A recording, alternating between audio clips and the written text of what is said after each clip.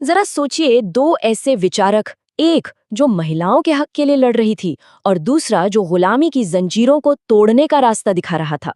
सदियों का फासला था दोनों के बीच, लेकिन अन्याय के खिलाफ उनकी लड़ाई उन्हें एक ही धागे में पिरो देती है। लड़ाई भले ही अलग थी, पर मंजिल एक ही थी, इंसान के मन की आजादी। तो सवाल यही है कि आखिर एक 18वीं सदी की नारीवादी मैरी वोllस्टोनक्राफ्ट और 20वीं सदी के क्रांतिकारी फ्रांस फैनन में क्या कॉमन हो सकता है। मतलब जमाना अलग, दुनिया अलग, फिर भी उनके विचारों में एक बहुत गहरी और सच कहूं तो हैरान करने वाली समानता है। चलिए आज इसी कनेक्शन को समझने की कोशिश करते हैं। चलिए इन दोनों को थोड़ा और समझते हैं। एक तरफ है मैरी वॉलस्टोनक्राफ्ट, जो 18वीं सदी में पितृसत्ता और महिलाओं की खराब शिक्षा पर सवाल उठा रही थी, और दूसरी तरफ लगभग 200 साल बाद फ्रांस फैनन उपनिवेशवाद के दिमागी असर का पोस्टमार्टम कर रहे थे। दोनों ही दबे कुचले लोगों की आज़ादी के लिए लड़ रहे थे, लेकिन उनके जंग के मैदान, जैसा आप देख सकते हैं, बिल्कुल अलग थे। तो सबसे पहले बात करते हैं मैरी वॉलस्टोनक्राफ्ट की। समझते हैं कि उन्होंने महिलाओं पर हो रहे जुल्म की असली जड़ कहाँ पकड़ी थी। चलिए जरा उस दौर में चलते हैं। 18वीं सदी का अंत था, हवा में क्रांति की खुशबू थी। फ्रांसीसी क्रांति ने लिबर्टी, इक्वालिटी, फ्रेटर्निटी यानी स्वतंत्रता, समानता और बंधुत्व का नारा दिया था और पूरी दुनिया में एक उम्मीद जगा दी थी। ऐसा लग रहा था मानो हर इंसान के लिए एक नए बराबरी वाले जमाने की शुरुआत हो रही है। वोllस्टोनक्राफ्ट भी इस क्रांति से बहुत प्रभावित, लेकिन फिर कुछ ऐसा हुआ जिसने वोllस्टोनक्राफ्ट को झकझोर दिया। वो मानती थीं कि जब क्रांतिकारी इंसान की बात करते हैं तो वो पूरी मानवता की बात कर रहे हैं, जिसमें औरतें भी शामिल हैं। पर जब एक फ्रांसीसी नेता टैलीरैंट ने कहा कि लड़कियों की पढ़ाई तो 8वीं क्लास में ही खत्म हो जानी चाहिए, तब वोllस्टोनक्राफ्ट को समझ आया कि ये बड़े बड़े वादे औरतों के लिए थे ही नहीं, और इसी धोखे ने उन्हें उनकी सबसे जबरदस्त किताब लिखने पर मजबूर कर दिया। तो वोllस्टोनक्राफ्ट के हिसाब से असली प्रॉब्लम क्या थी? उनकी नज़र में दिक्कत महिलाओं में नहीं, बल्कि उनको दी जाने वाली शिक्षा में थी। उन्होंने कहा कि महिलाओं को कमज़ोर इसलिए नहीं समझा जाता क्योंकि वो कुदरती तौर पर कमज़ोर हैं, बल्कि इसलिए कि उन्हें जानबूझकर ऐसी तालीम दी जाती है जो उन्हें भावुक और दूसरों पर निर्भर बनाए।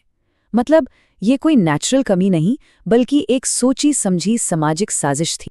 तो फिर इसका इलाज क्या था? वोllस्टोनक्राफ्ट के लिए जवाब एक ही शब्द था, तर्क यानी रीज़न। उन्होंने मांग की कि औरतों को भी मर्दों के बराबर शिक्षा मिले, ऐसी शिक्षा जो सिर्फ रटना न सिखाए, बल्कि सोचने और सवाल करने की हिम्मत दे।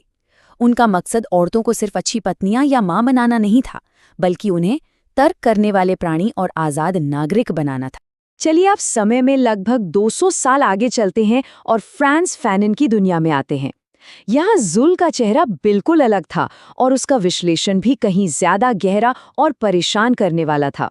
20वीं सदी, जब दुनिया के एक बहुत बड़े हिस्से पर उपनिवेशवाद का कब्जा था, लेकिन ये कब्जा सिर्फ जमीन पर नहीं था, ये सिर्फ बंदूक और फौज के दम पर नहीं चल रहा था। इसका सबसे खतरनाक हथियार था इंसान के दिमाग पर कब्जा। ये एक मनोवैज्ञानिक युद्ध था।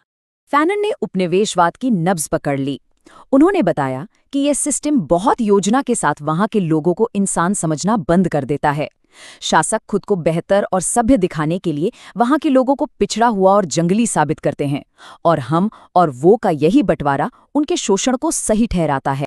फैनन समझाते हैं कि ये जहर फैलता कैसे है। पहले हिंसा और भेदभाव से एक बंटी हुई दुनिया बनाई जाती है, फिर जिस पर शासन हो रहा है उसे हर तरफ से एहसास दिलाया जाता है कि वो कम है, हीन है। धीरे धीरे वो इस बात को सच मान लेता है और आखिर में वो अपने जालिम जैसा बनने की कोशिश करने लगता है, उसकी तरह कपड़े पहनता है, उसकी भाषा बोलता है। इसी को फैनन ने सफ़ेद मुखौटा पहनना कहा है। और इस पूरी प्रक्रिया का नतीजा, फैनन के ही शब्दों में, उत्पीड़ित लोग हमेशा अपने बारे में सबसे बुरा ही मानेंगे। ये गुलामी की वो सबसे गहरी और खतरनाक जंजीर है जो शरीर को नहीं बल्कि सीधे रूह को कैद करती है। तो ठीक है, हमने दोनों विचारकों की प्रॉब्लम को समझ लिया। एक के लिए गुनहगार थी गलत शिक्षा, दूसरे के लिए अमानवीकरण। पर अब सवाल ये है कि इन जंजीरों को तोड़ा कैसे जाए। और बस यहीं आकर वोllस्टोनक्राफ्ट और फैनन के रास्ते एक दूसरे से बिल्कुल अलग हो जाते हैं। ये जो अंतर है, ये सब कुछ साफ कर देता है। वोllस्टोनक्राफ्ट का रास्ता था तर्क और सुधार का, उनका मानना था कि शिक्षा के जरिए मौजूदा समाज में ही औरतों को बराबरी का हक दिलाया जा सकता है। लेकिन फैनन के लिए जिस सिस्टम की नींव ही नफरत और हिंसा पर टिकी हो, उसमें सुधार की कोई गुंजाइश नहीं थी। उनके लिए तो एक ही रास्ता था, हिंसक क्रांति, ताकि उस सड़े गले सिस्टम को जड़ से उखाड़कर एक बिल्कुल नया समाज बनाया जाए। वुllstonecraft का मानना था कि इंसानियत और नैतिकता तभी मुमकिन है जब समाज में सब बराबर हों। उनके लिए आज़ादी का मतलब था एक तर्क पर चलने वाले और बराबरी वाले समाज का हिस्सा बनना। और अब इसके ठीक उलट फैनन की इस लाइन को देखिए। उनके लिए हिंसा सिर्फ दुश्मन को हराने का तरीका नहीं थी, ये एक तरह की मनोवैज्ञानिक दवा थी। ये वो आग थी जिसमें एक गुलाम अपने अंदर की हीन भावना को जलाकर राख कर देता है और अपनी खोई हुई इंसानियत दोबारा हासिल करता है। तो आखिर हम इन दो बिल्कुल अलग रास्तों से क्या सीख सकते हैं? क्या है इनकी विरासत? और यहीं पर हमें अपनी शुरुआती पहेली का जवाब मिलता है। उनके रास्ते अलग थे, दुश्मन अलग थे, लेकिन दोनों ने एक ही कड़वी सच्चाई को पहचाना था। जुल्म की सबसे मजबूत जंजीरें लोहे की नहीं होती, वो इंसान के दिमाग में गड़ी जाती हैं। असली लड़ाई हमेशा बाहर की दुनिया से पहले मन के अंदर लड़ी जाती है। इसका मतलब क्या है? इसका मतलब है कि सच्ची आज़ादी की शुरुआत मानसिक गुलामी को तोड़ने से होती है।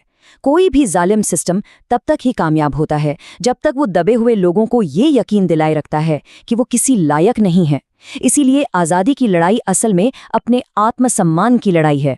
जैसा कि फैनन ने कहा था, हमें इस सड़न को न केवल अपनी जमीन से बल्कि अपने दिमाग से भी निकालना होगा। और ये बात वॉलस्टोनक्राफ्ट के विचारों पर भी एकदम फिट बैठती है। और ये सवाल आज भी उतना ही जरूरी है।